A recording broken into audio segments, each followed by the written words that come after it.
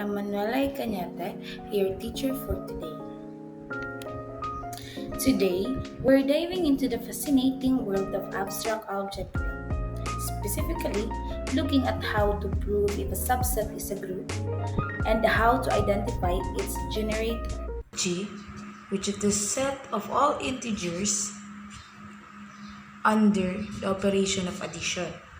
And we have a subset H, which is the set of all multiples of 5 where k is an integer. So our mission for today is to prove that H is a subgroup of G and then find its generator.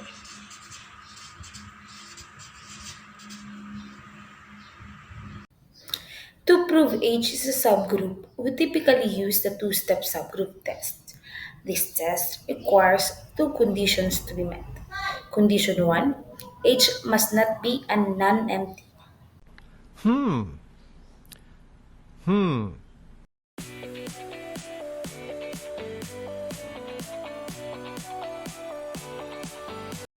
So, 0 is an integer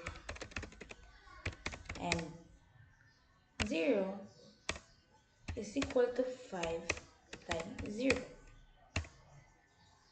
So, 0 is a multiple of 5. This means 0 belongs to H. Since 0 is an element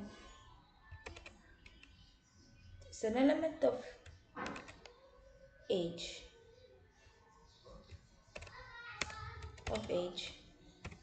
H is definitely not empty.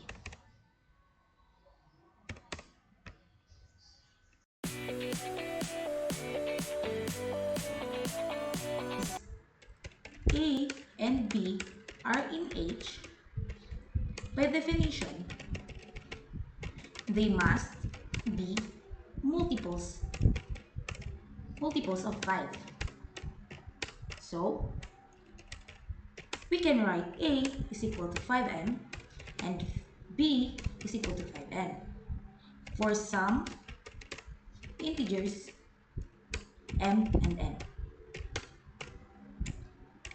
Now, let's look for their difference. A minus B is equal to 5m minus 5n.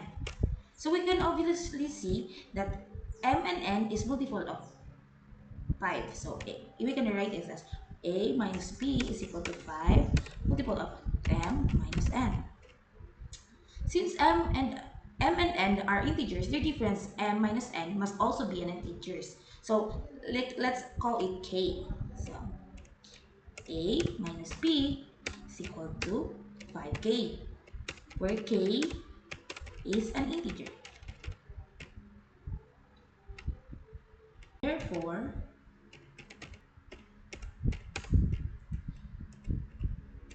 A minus B is an element of H.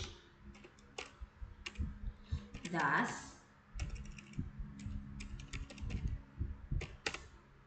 H is a subgroup of G. Let's identify the generator of H. A generator produces all elements of the group.